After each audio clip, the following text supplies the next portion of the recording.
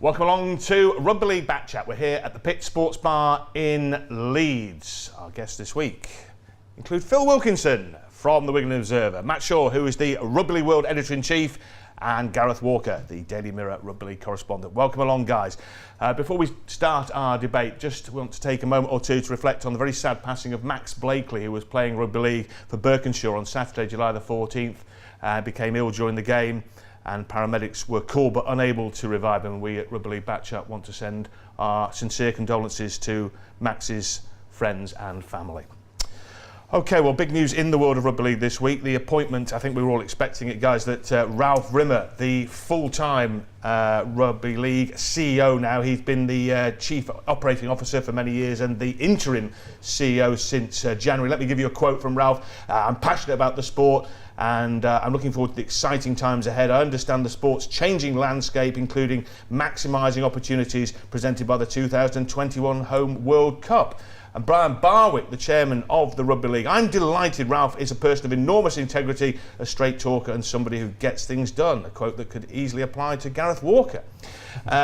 What do you make of it, Gareth? It's not, I know it's a surprise. Is it a good appointment, a bad appointment, or somewhere in between? Well, one thing you can say about Ralph is he certainly knows what he's getting himself in for, doesn't he? Because he's been in the sport. So he's come in at a really pivotal time for the game. And we've got this huge disagreement between the 11 Super League clubs and those in the Championship and Leeds at the moment.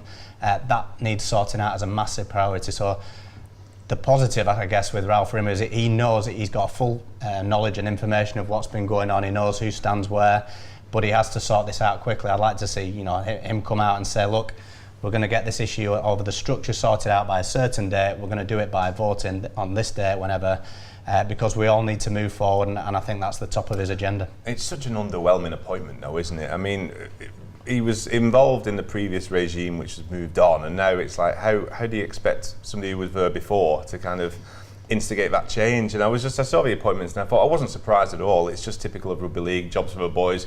I mean, the only, I guess, blessing in a way is the fact that this role is nowhere near as powerful or as influential as it was a year ago, with the fact that his remit doesn't include Super League. I mean, rugby league doesn't struggle for people who have passion, who'll work hard and are well intentioned. That's not the problem. We need somebody who's a bit more dynamic than that. As I say, the good thing is he's not involved in Super League. But with that in mind, would Nigel have been that bad with this role if it didn't involve heading up the Super League, if it's just keeping these all the clubs in check? That might play to Ralph's advantage. So I'm a person who believes that the RFL is there to govern the sport, and the appointment of Rob Elston is needed, and Super League needs that focus. And that should make that position, easier. What's your take, Matt? Well, the argument you can make for Ralph, I suppose, is the fact that with a new person at the top of Super League in Rob Elston, to have someone who's been in rugby league for a long time there is obviously a positive. I do agree with Phil to an extent. It is an underwhelming appointment. You look at the positives, the positive vibe you got when Elston came in and what he would bring to the sport. You don't quite feel like Ralph can do the same. Well, look, I mean, you made a good point there, Phil. That you said, well, would be, any worse? But the fact is that the Super League clubs, led by Mr. Lenigan, made it quite clear that they weren't having Nigel Wood as. So does that mean that Super League, though? No, but they didn't want him at the Rugby League either. No. They wanted him out, and they made it clear. So do you think the Super League clubs here? Is there any Super League influence in this decision from Rob Elston, Ian Lenigan, and Amy McManus, or are they happy to go along with it? Because they surely wouldn't have stood for something they didn't want. Well, when the move went and Nigel left, it also involved Roger Draper, didn't it? It was also at the RFL. It didn't involve Ralph Rimmer, so take that from what you want. Whether they weren't keen to force Ralph out as well. Yeah. And I think we have to give Ralph Rimmer a chance to be his own man and put his own stamp on it. Obviously, he has been there with Nigel. But now this is his job, this is his chance, it's a pivotal time for the sport, and to me, we've got to judge him in 6 months, not sat here now. He's got to have an opportunity to put his stamp on that position. Well, the thing with Ralph, you can argue here, is the acid test for him will come straight away with the future of the structure. Right. If you look at it, the Championship and League One clubs want one thing, they think the RFL are going to support them. Well, Ralph's also got the Super League, and they're arguing for another thing. He's going to have to upset someone, or he's going to have to find a way to find middle ground. That's a very interesting point. I think the Super League clubs will be loving this. Within the last week, they've had a £2 million loss reported from the RFL, which included £500,000 payoff for those execs you just mentioned. And now they've just appointed 328,000 for Mr. Wood. And they've just given the job. The best person to run rugby league in the whole world was a guy who was already running it. it just doesn't. Yeah. And the other argument for the isn't it? Super League clubs as well is the way that the sport and the supporters have reacted. Yeah. It's been negative on the whole. Yeah, we're led to believe there was two guys who got a formal interview, 3 on the shortish list, if you want to call it that, and 2 got a formal interview. We know one is Ralph Rimmer, who got the job, obviously. The other one, Damien Irvine, we think. Although Damien, he's very coy about this, Damien. When I contacted him, he said he wouldn't confirm or deny. He's keeping his cards close to his chest. But for background on Damien, if people don't know him, he used to be the Cronulla chairman in Australia, turning their financial fortunes around. Commercial boss of Wycombe Wanderers and Notts County Football League clubs. Still doing some consultancy for Football League clubs, but working on a short-term contract at Bradford Bulls, overseeing their commercial operation at the moment. We haven't interviewed the 2 candidates, but would Damien Irvine be better than Ralph Rimmer? Let's have a straw poll on that. Well, it would be different, wouldn't it? Yeah. Without trying to sit on the fence too much, he would bring something different. Has he taken on a role like that before? No. Where you can argue that Ralph's been in that system before. It's a tough one. I mean, the other name, if we talk about this, that has been knocking around a little bit was Mark Evans, right? Who was formerly at Melbourne, I believe. Yeah. So whether again he would have been suitable, I don't know. I think the people who've made the decision, the RFL board, you have to decide, is it a plus to have fresh eyes on this, or is it a negative? Does it help that Ralph Rimmer knows the ins and outs of who's arguing with who and where everyone stands, or did it need someone to come in with a fresh broom and sweep and say, look, I'll start and put it here? Now, they've obviously decided that it's a positive that Ralph knows what's going on and he understands how the governing body works, and that's the route they've gone down. As I say, I don't think we're going to know whether that's the right decision for a few months yet. It'd be interesting to know what salary's on, because obviously it's a much smaller role than it used to be. And this isn't Ralph's fault, but it just plays into this whole thing about this jobs for boys. We've already seen what Nigel Wood nudged out by the clubs. He stepped straight into a cushy number with the RLIF. John Grant, similar kind of situation in Australia. It's like, how do these people leave? You know what I mean? It's just, I don't. Look, you got to give him a chance and judge him on the results. I get that. Am I being unfair to suggest the reaction to the appointment is lukewarm? I mean, I'll give you a quote from Twitter on our friends at 4020 magazine. Congratulations to Ralph Rimmer. Well, certainly you'll be as effective in your latest role as you have been in helping to turn British Rugby League into the vibrant, healthy and profitable sport it is today. Brilliant. They missed off hashtag sarcasm, hashtag irony, but I think it was fairly thick. I think it is a very different role for Ralph now. So the chief operating thing, it was very operational and rules and putting things in place. Now I think he's got to be a leader for the sport. Yeah. So I think it needs someone with a more public profile who's going to stand up and say, look, this is what direction we're going in, this is how we're going to decide the structure, this is when we're going to do it. I think we need someone at the top end of the sport to stand up and put his head above the parapet a bit more, and I hope that Ralph Rimmer's going to be that man, but we don't know yet. You mean not just selfies with Eddie Hearn every so often? Well, yeah, absolutely. It's got to have some substance behind it, hasn't it? I agree. Unless it's got it, no point doing that. I spoke to a CEO of a Super League club at the weekend who should remain nameless, but he told me that it will be civil war. He was absolutely certain this is going to be civil war, and you can guess who that might have been. But I did a poll on Twitter yesterday. Over 700 people voted. It's a pretty fair sample. Right? Do you support the Super League or 11 Super League clubs, Gary Hetherington and the Championship clubs and League One clubs, or don't know, or neither? 49% said the Super League club 11 of. 40% said Gary Hetherington and the rest, and 11% didn't know or neither. So I think that's an indication might be enough of to how get it Brexit splits. through, but it may not be enough to sort out the mess in rugby. That's quite a split, isn't it? I mean, that's quite alarming, really, because that shows that. And there are more probably fans in Super League, so there are people that are taking a wider fair point. So it view, might even be closer, Gareth. Yeah, I think the problem is with this whole debate is everyone's got their own agendas. There's half truths from every side. I think you can make very credible arguments for every side of this. If you look at what Gary says about the split from Super League and the RFL. Well, he was there in 1998 when it happened, and it was a disaster, and they came back together. He was the only person, I believe, who was there at the time. Yeah. So that makes sense. But then people do make this argument that he obviously was very close to the RFL, and people seem to think, well, maybe that's why he wants it to remain the same. The same with the distribution. I think that's a big one. I think that's a massive one for this sport. Ian Lenigan's made no secret of the fact he thinks the championship distribution should be level and it should be split. I think it's around 314,000 each a year. Okay. Which you can argue is good to an extent, because you look at some clubs during the Super 8s. Sheffield finished in the top 4, went full time off the back of it. That's ended in disaster. Look at them now. Halifax made the top 4 the first year, banked on that money. They didn't make it the year after, and they really struggled the year after. And the obvious one is Bradford. Bradford didn't make the top 4. They lost to Featherstone on the last day. Gambled everything on that game. And it accelerated their demise, Yes, ultimately. absolutely. It was interesting, the last interview I heard with Elston was he was suggesting that not only would the clubs, Championship League and League One clubs get the same money for this TV deal, but if the next TV deal is the same or more, it will continue beyond that. Yeah. And I was wondering whether that was almost a way of starting to try and pacify these clubs, try and get them on side and try and... And I think it would get them on side. Yeah. I think if you went to those Championship League One clubs and said this is your guaranteed amount, a percentage of our TV deal, and we will keep promotion and relegation I in think some that's the form, bargaining point now, I the think that goes a long way to appeasing them. I think what got all them offside was the Super League club sitting down in front of the media and saying, and they did say to us, the Super 8s is finished. That's right. Well, I think, when it hadn't, I think that got people offside, and that's created a lot of this now. I think where the strength that the Championship clubs and the League One clubs have, part of the strength is that there's 3 years left of a broadcast contract which everyone is tied into. So the Super League clubs can do nothing for 3 years, and that gives them some strength in negotiating to say, well, you know, we can stall your process, and that means that they can say, well, okay, we'll stall your process unless you guarantee it beyond that broadcasting deal, which is, whereas if the broadcasting deal was running out in a few months, Super League clubs will say, well, we'll twiddle our thumbs for 6 months and then we'll stuff you. So it can play out like that, can't it? The reality of the situation is, for both sides of the party, they both need the other. The Championship clubs need Super League because ultimately they bring the broadcast money in. That is the fact of it. The other side is that Super League don't want to be guilty of killing the rest of the sport and cutting the sport off at the top of the head. So both sides need to find a middle ground here. I think they all know that. I think they don't want to accept it publicly. I think there's a lot of, you know, I'm bigger than you, so on and so forth. Yeah.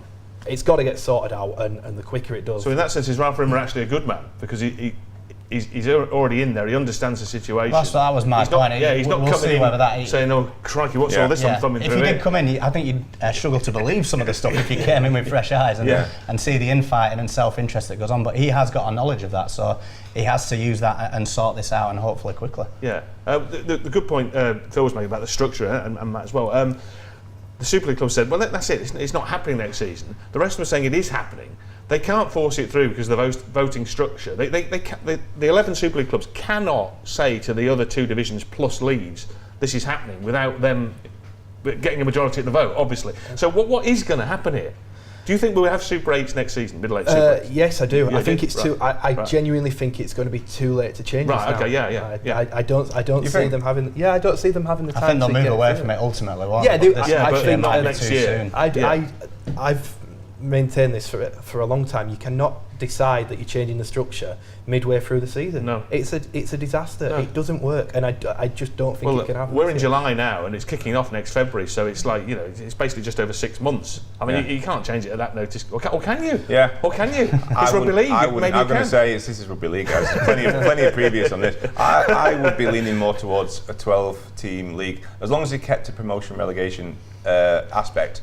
I think they could change it for next year. Have those loop fixtures in there for 28 games, or the loopy fixtures, as Andrew Chalmers called. The problem I have with a return with the whole structure debate. There's a few things here. We've already done loop fixtures. We decided to move away from it because we didn't like it.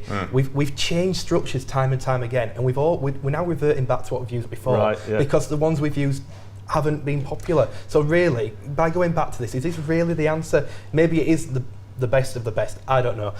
I just think that the other point though, and I think this is the biggest point overall, is you can have whatever structure you like. You can find the winning formula. If you have clubs that can't sustain themselves, are constantly struggling to survive, and there are too many clubs in rugby league that are in survival mode, not in thrive mode and growth mode, the sport will never go anywhere. You can do whatever you want. That's the point for me. It's not about whether it's a good game or a bad game. I mean, let's have it right. Right now is really interesting with the Super 8s. It almost goes to what Lennigan and McManus have said, is that the focus is away from the top and it's on the bottom. You can't say right now that it isn't. It is all about what's happening. Will it be Leeds, Wakey, Catalan who get dragged into it?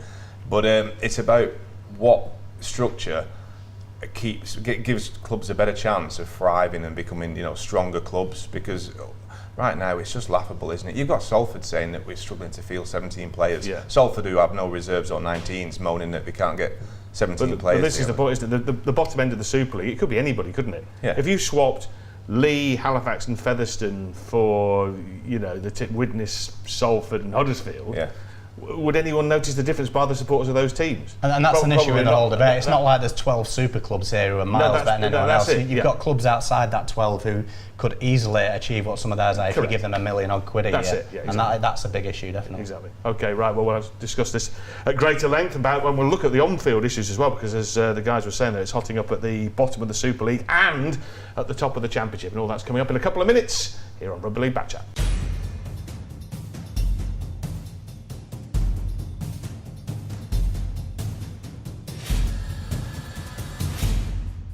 Don't miss Back Chat on July 26th on FreeSports. One of the biggest names in the game, Maurice Lindsay, the former chief executive, the man who shaped Super League, will be with us, and the man who's hoping to shape the future of Super League, Robert Elston, the new chief executive, will also be joining us too. So don't miss it. July 26th, FreeSports, Back Chat.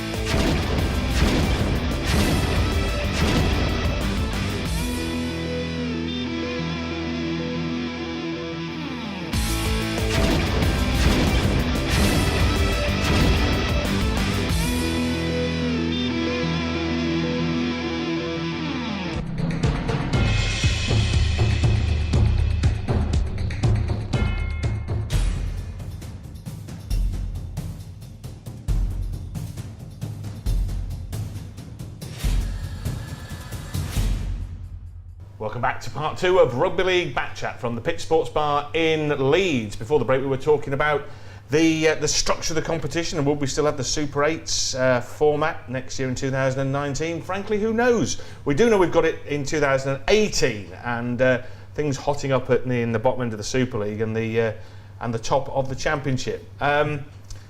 Is this a justification that it actually does work, Phil, or is this just an actual revealing that it's a farce, because the top of the Super League, which is what actually you should be focusing on, the biggest game in the competition should be first versus second in any league, shouldn't it? Obviously. Yeah.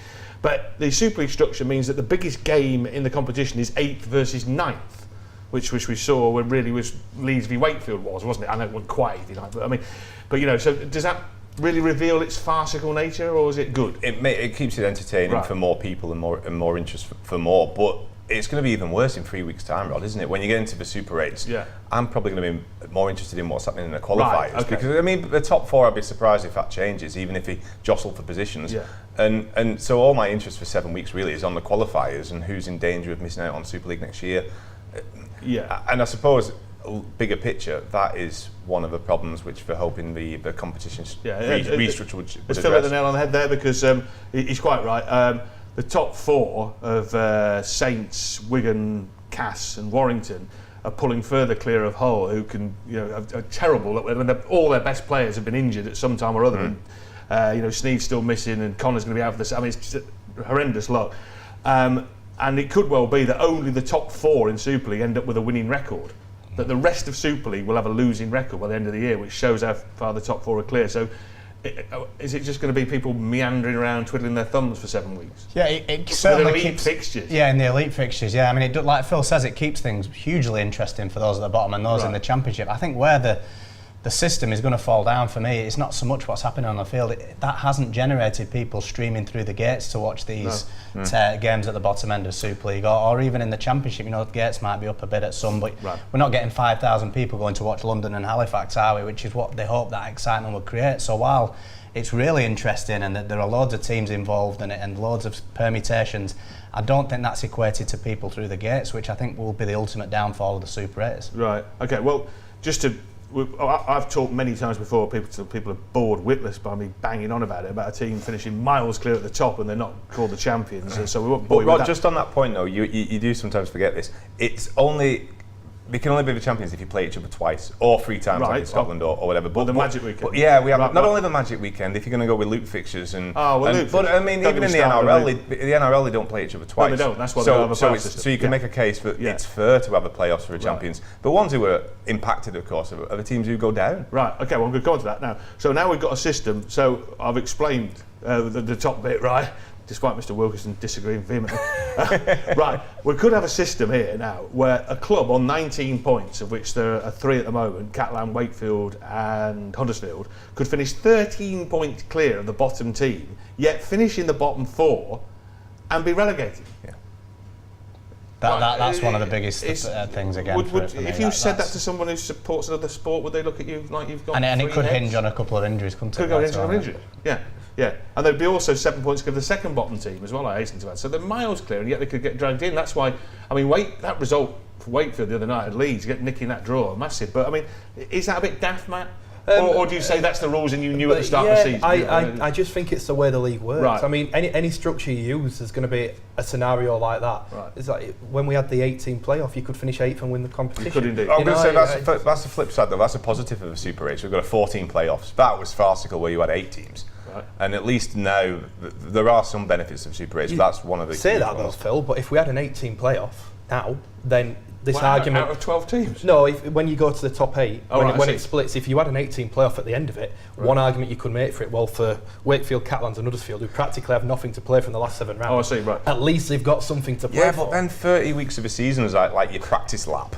Yeah. And then 2 weeks of a season is like your Formula 1 race. This is the point. This is the point. There are pros and cons to every structure. This is the thing. Do you think, right, let me try and put it like this. Rugby League needs to decide, I think, whether it's a sport that can sell itself just on the fact that it's the sport. So like the Premier League, the best team wins over a season. They play 38 games, 19 at home, 19 away. They play all the other teams twice, and the best team wins and people go and watch it because it sells itself on the sport. Or does it want to be an event culture like Premier League darts, 2020 cricket, where the Big Bash in Australia was an absolutely fantastic tournament, but nobody cares if Brisbane beat Adelaide or beat Perth or beat one of the Sydney teams or one of the Melbourne teams. Nobody even remembers who wins. It's just a knockabout and a drink up, and everyone enjoys it. It's brilliant. So Rugby League's trying to juggle both those things, isn't it? It's trying to be a serious sport that determines who the best team is, like the Premier League, and it's trying to be an event like the 2020 where nobody cares who wins.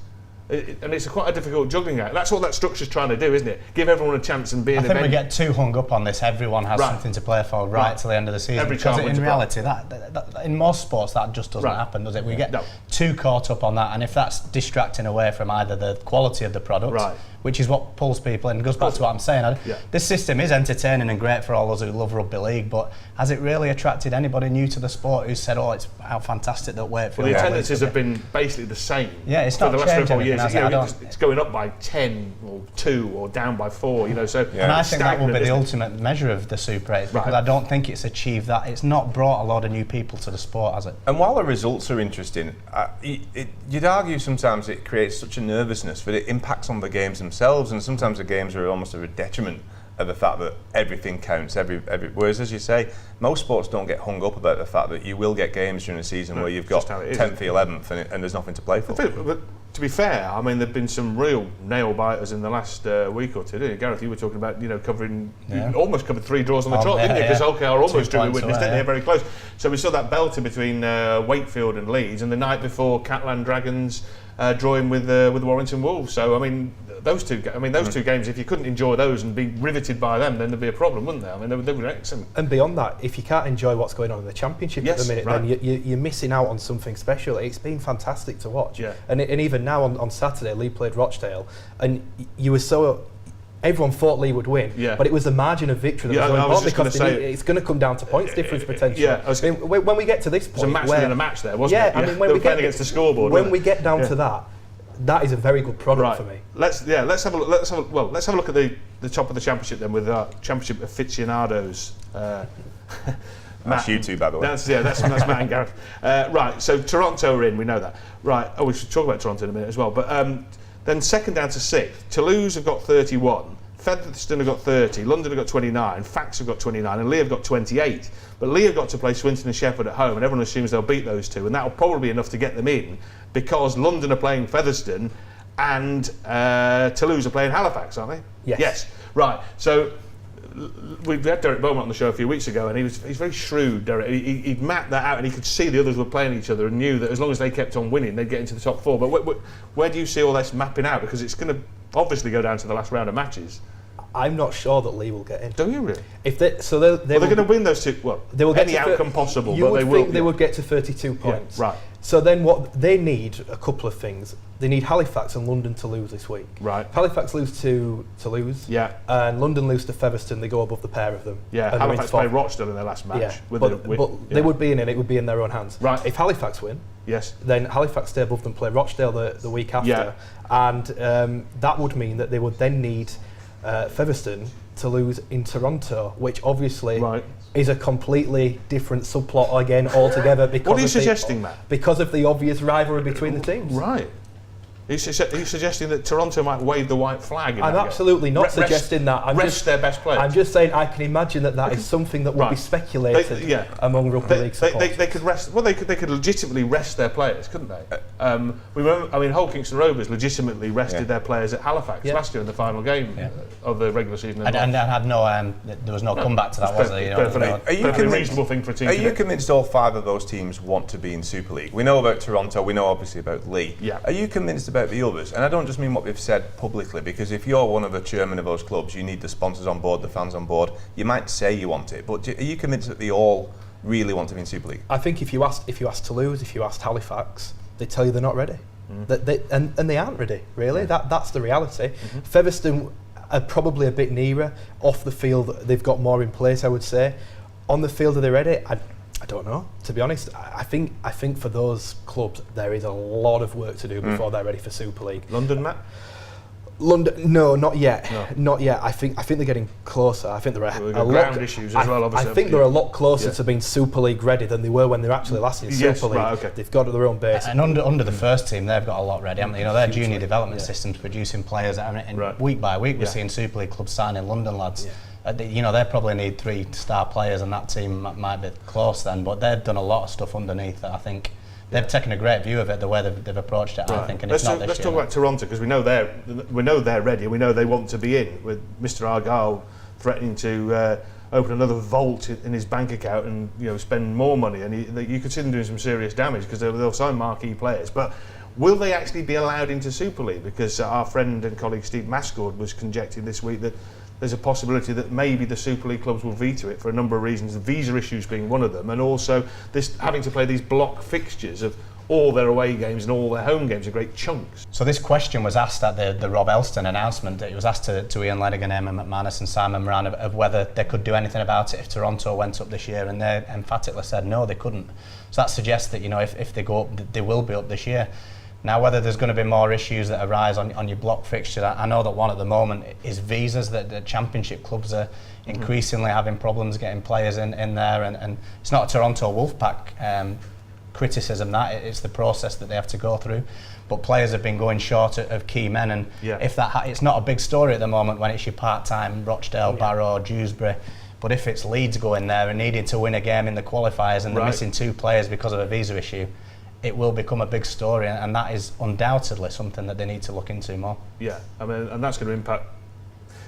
You'd have to say that there's more than a strong possibility of Toronto playing in Super League next season, wouldn't you? You would fancy them to manage to finish in the top 3 of that qualifiers, bearing in mind their strength against teams like Widnes and Salford, etc., wouldn't you? So this is going to be an issue that needs to be sorted out pronto, isn't it? Yeah, but I don't know how you do it, because it's not something that Toronto Wolfpack have any control over. So this is the visa issue. Now whether there should be an argument to say, well, look what they're doing for sport in Canada, look what they're doing for sport worldwide by rights. Yeah. Do we need to have a bit of special dispensation here? I don't know. Well, that's something that Toronto and the RFL are going to have to sort out with the Canadian government. The concern here again, though, surely, should this not have been thought about before? Yeah, probably. Like at the RFL, beyond anything else? The block fixtures, I can't really say that I think that's an issue, purely because how many clubs have the pitch done during the season? We can have it done and end up playing six games. Well, Wigan, when they were in crisis, wasn't it? Yeah. It's because they were losing away games, wasn't it? The Cup tie at Warrington, but then I think 4 Super League games they had to play away on top of it. So it's only the same, other than Toronto have done it in one block and one block. Yeah. The year before they didn't. It's funny about Matt. The suggestion a few weeks ago was it would be unfair it would give Toronto an advantage if they had a block fixtures in the Super 8s. We should be playing home and away. Now people are concerned about these visas, and bear in mind it's not just criminal convictions. This can be a couple of driving offences which stops people coming in. Right. I read up on the way here. Apparently it's a 5-year rehabilitation process after someone has served a drink drive conviction. Right. Okay. That's a long time. That's a lot of people impacted who can't fly to Canada. Right. It would be unfair. But you were saying before, guys, that it only stops you flying in. You Yeah, you can go by boat. You could go on by boat. I'm not sure how that. It's a bit like the Australian cricket team coming over in the Set off now. 1948 You're when right for Don the Bradman was qualifiers. playing it. It's about a 6-week boat trip, isn't it? But I mean, I don't know, is it a practical way to get there by boat and road? It's not, is it? Sure. You can go by land too, so I don't know if America is. Oh, you fly to America. You go by America and go by land and going that way, apparently. Right, yeah. This just goes back to your original point, though. This is, I think, what Steve was getting nervous about. Yeah. The concerns raised about Toronto, it's all about the logistics of it. It's not really about whether it should be there. It's about basically whether the long-term ambitions are sincere and the logistics of having them in week to week. And you've got to say, whether you're a fan of the Super 8 or not, the Super 8 isn't good if you're for Toronto, is it? Well, they throw a complete different thing into the mix, don't they? This is a big thing with the Super 8s now, is that you could have a 2-week notice of flying to Toronto and getting your squad's visas sorted out and then getting the travel back. You know, I've spoken to championship clubs that have flown back into Glasgow, they're not back till Monday night. What happens if you're playing on the Thursday in another qualifiers game? Logistically, it's going to be a huge issue for this season's qualifiers. And how that all plays out, I think, is going to have a big impact on how people view Toronto in the game. The thing that I don't understand, though, this wasn't as big an issue last year when they had to do exactly the League One clubs had to do it. Super 8, and there were a couple of issues, though, weren't there? But they didn't have that Super 8's that short-term planning of a fixture in 2 weeks' notice. The reality is the League One clubs got on with it and did it. And there were some complaints during the year, but predominantly the feedback was positive. They had to do it short notice. They're part-time. I'm sorry, if Super League clubs can't do it. I think Gareth made a good point. I think Toronto were off the radar, and there was a bit of like, oh, we'll just let them get on with it. They're not really a threat to us at the moment. And now they're knocking on the door of Super League. So they're getting a bit close here. There's a real threat, and I don't think people realise just how much clout Mr. Argyle might have here. And if he starts ringing up Ian Lenigan or Gary Hetherington and saying, right, I'm going to sign some of your best players and I'll pay you whatever you want, I couldn't care less, then I think that might be the shake-up that might rattle a few cages. But I think it'd be wrong to mistake concerns about the logistics and the long-term ambitions for being negative and being against Toronto. I think everyone realises the positives they bring. It's just these are genuine issues that affect a lot of clubs. And this system creates more issues from that, doesn't it? If you had a structure where you know all your league fixtures in November, it is easier to plan than saying you guys are going to Toronto in 3 weeks and you've do you got to think they might do what Toulouse did and withdraw from the Challenge Cup? Well, they've played all their Challenge Cup games away from home, haven't they? And I can see them doing that again. I think Toronto see the value of Challenge Cup, don't they? They want to be involved in that competition if it means they have to play away. Okay, right. We'll have a look at the bottom of the Super League in a minute or two as well, but we must take another break here on Rugby League Back Chat, but we'll be back in a couple of minutes.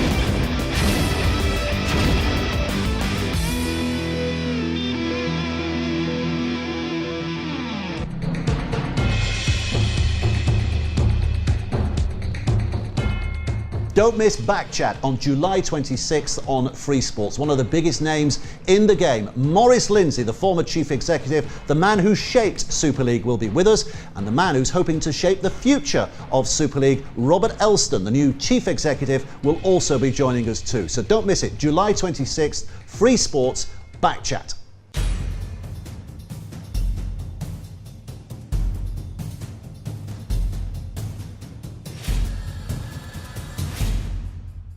Welcome back to Rugby League Back Chat. We're in the company of Phil Wilkinson, Matt Shaw and Gareth Walker. Before the break we were talking about the top end of the Championship and wondering which teams will force their way into the middle eights, the qualifiers if you will. Let's have a look at the bottom of the Super League and see who will be forced into that particular competition. Widnes and Salford have already booked their tickets for that unwanted party. Wilkinson Rovers next in the frame, although they've rallied to some tune, haven't they? I don't know quite how HMS Hull KR is still afloat. But it is. They've got 15 points. Leeds have 16, and then 3 teams on 19 who could yet sink. Huddersfield, Catalan Dragons, and Wakefield. Phil, you're concerned with the serene top end of the table with the Wigan Warriors. Yeah. Although it's been a bit of a turbulent passage for them, hasn't it, for the last few weeks? But at this bottom end, what are your thoughts? Yeah, it's Leeds' tumble has just made it really interesting, hasn't it? I can't, even if they win their next two though. With a smile, if you know. Yeah.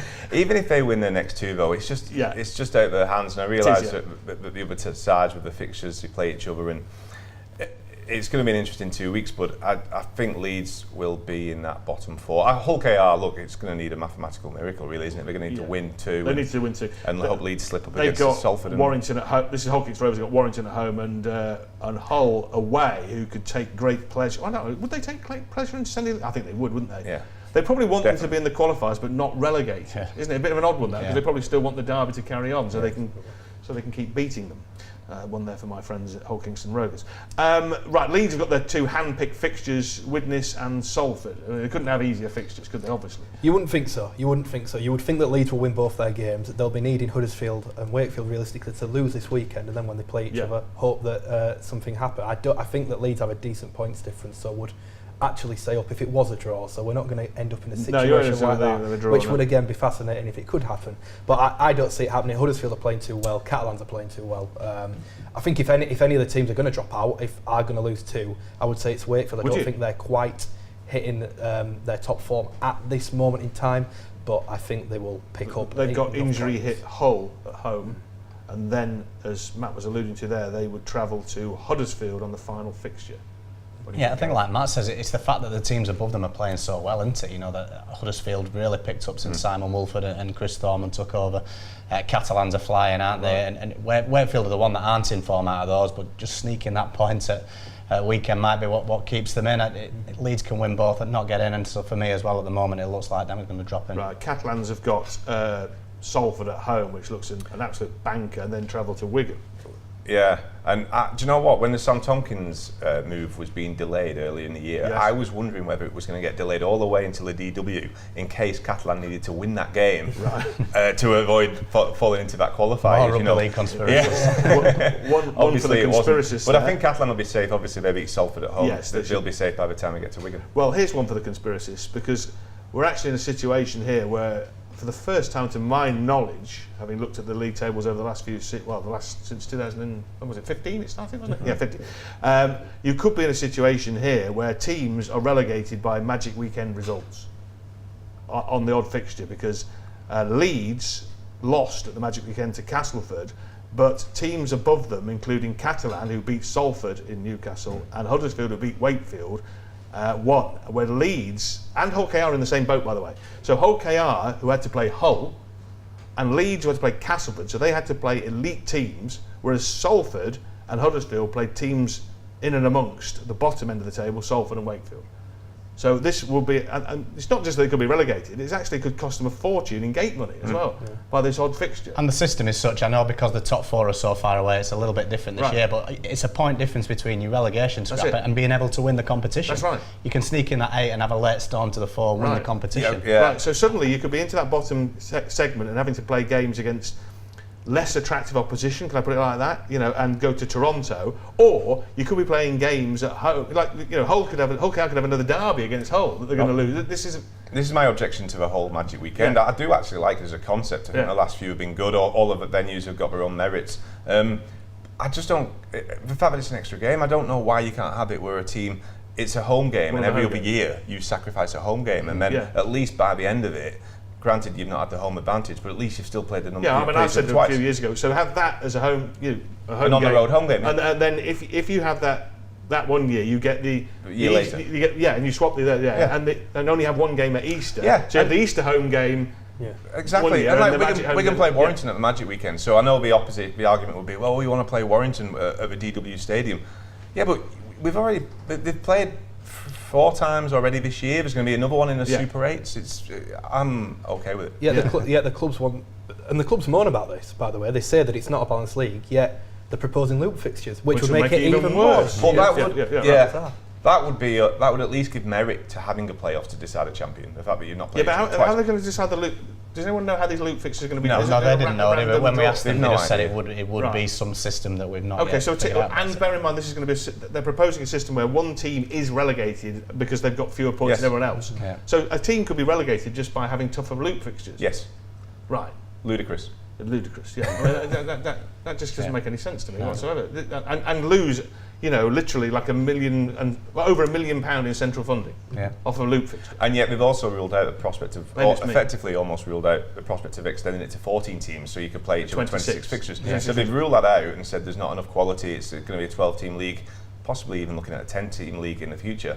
Right. And yet we're going to bring in these loop fixtures. Well, a 10-team league, at least you could play each other 3 times, with one of them being at the Magic Weekend as a neutral venue, so 13 at home and a neutral. So at least that would be fair. I think that's the most common sense ones out of all the ones I've heard. And you could probably get to a stage where you had a top 10 divisions of full-time teams. We're not that far away now. You can have a really good second tier in that situation. But look how much split and division there's been over what they've done already. Yeah. You can imagine what would happen if he tried to force that through now. Right. I'll tell you what, because we were talking about Leeds at the bottom with Sir Kevin Simfield now at the reins. Whoever's there though, Rod, they're going to be too good. Leeds will be, if it's Leeds or Wakefield, they'll be too good to be relegated, surely. It's like when Warrington went down. Nobody really, you never really envisaged them being relegated, even though they got dragged into that mix. Have Leeds lost momentum?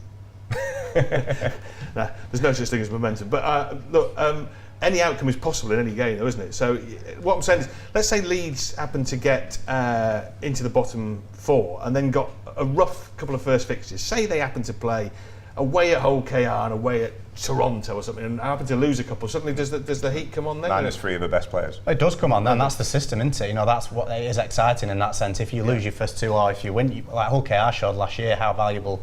Win your first 3 games, if you get a good run of fixtures, 4 games they won, didn't they? Yeah. Then you fly, and if you lose the first 2, then the pressure's definitely on, no matter who you are. And I agree with Phil. I think Leeds would be too good, but a scenario like that, and it does change things quite quickly. Okay.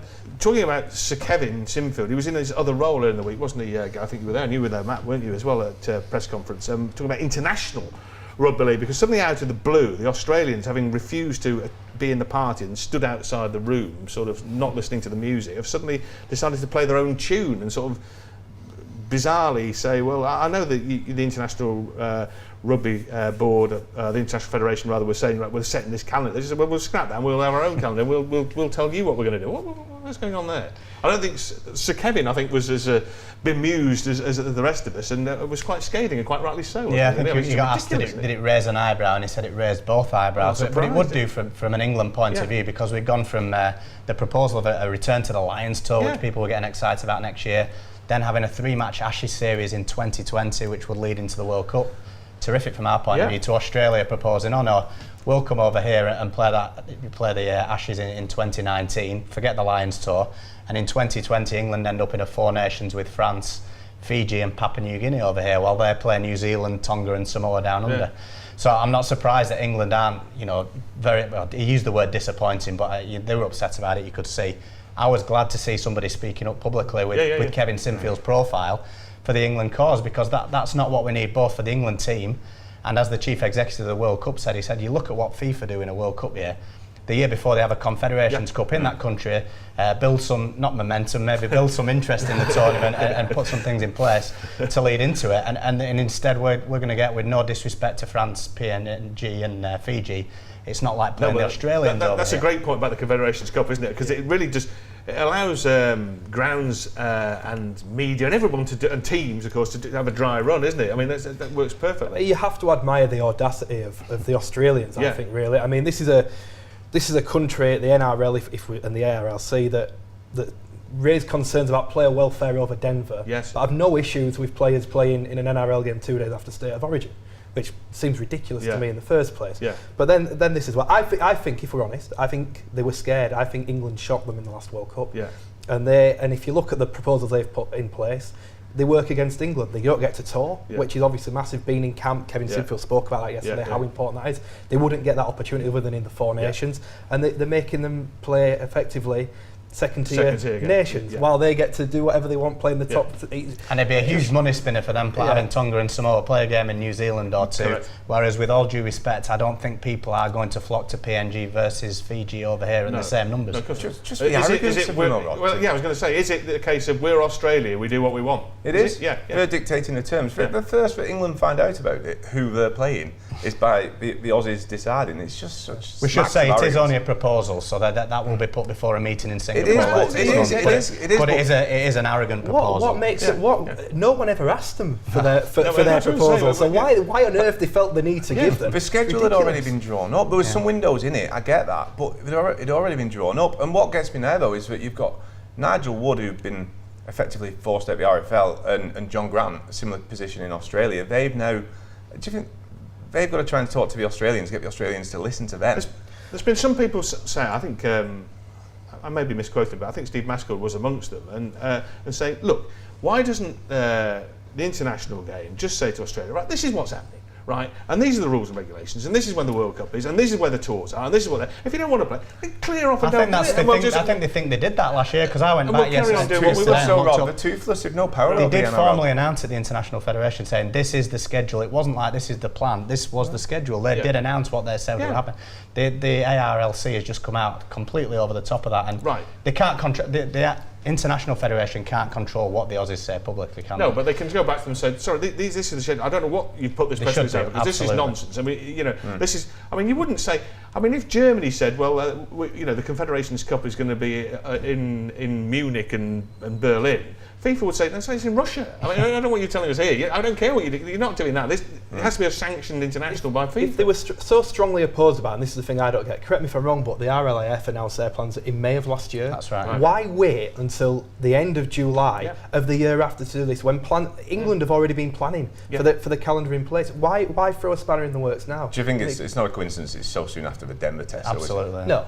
It's not and there's no kind of provision for playing another mid-season American test in their great proposal, is there? They've said that they're not completely against it, but there was no plan in there to go back to America. They don't like that. They want to get rid of that, don't they? And they want to pull New Zealand back into playing them. Right. New Zealand are getting pulled both ways, aren't they? They're a bit New Zealand, of course, are so cash-strapped that they're probably going to go wherever the lure of the money, isn't it? And well, I suppose if a promoter in Denver is going to pay you a fortune to go there, it might be there, but generally and generically it will be playing Australia, won't it? Or playing Samoa and Tonga in New Zealand, which will generate those big crowds. Yes, exactly right. So how do you think this will play out? Where do you think? Do you think the Australians will be over here for the Ashes next year, or do you think the Lions will be playing there in 2020, or indeed both? Even despite everything, I'd be staggered if the calendar gets changed. Right. You've got to hope, and look, you come back to Nigel Wood here, you've got to hope that he has the leadership to say, look, you are being ridiculous, go away, get on with it. Yeah. You might as well dissolve the International Federation if they just went with the Aussie thing, because you might as well say you guys are just running the sport. You might as well allow the NRL to be the International Federation. Yeah, and I don't want that to happen, so I hope that Nigel Wood stands up. I think we all agree, though, either way, it's laughable, isn't it? You've got a sport with 2 professional competitions in the world can't organise an international calendar at such short notice. It's just farcical. Just one final thought. You were saying that the Australians were rattled or scared about the fact that England had got within a converted try of them at the last World Cup final. A, do you think at the next tour or the Ashes series England / Great Britain will beat them? And B, how would that actually be, although all the Australians can't see it, better for the international game, because suddenly it's become a contest? Of course it would. Like cricket did when England beat them in 2005, a massive series, brilliant, everyone remembers it. It'd be huge for the sport. The Australians would then try and find a way to manipulate the rules again so that it's all in their favour again. I'm sure they would do. That's what would happen again. Yeah. I agree. I mean, I don't think to me, they should see that bigger picture. I think it would be good for them even if they got beaten. I think it would increase the sports profile that much, but they don't seem keen that they'd have to lose. I'm almost glad though. There's one positive to all of this schedule, that it involved more tests with Tonga and Samoa in there. It's nice. It's nice to see that at least they've suddenly become tier 1 nations, haven't they? They've recognised for World Cup and how much they added to the international scene, and they've brought them onto the scene. I would actually like to see Tonga and Samoa playing over here. I think it'd be great. Yeah. I think it'd be well attended too. Great. We've just about run out of time. But thanks for the views on the international game. Let's have a look at the Rugby League action coming up on Premier Sports this Saturday. The Toronto Wolfpack take on Rochdale with a 9:30 p.m. kickoff UK time. And for all the action that's happening on this channel, then go to www.freesports.tv. Okay, it's thanks very much to our guests, Phil Wilkinson from the Wigan Observer, Rugby League World's Editor-in-Chief, Matt Shaw, and Gareth Walker from the Daily Mirror have all been with us. Thanks, guys. Okay, that's it for Rugby League Back Chat this week, but don't forget next week a very special edition when Dave Woods is in the hot seat, and he'll be joined by the Super League CEO, Robert Elston, and Maurice Lindsay. Join us then.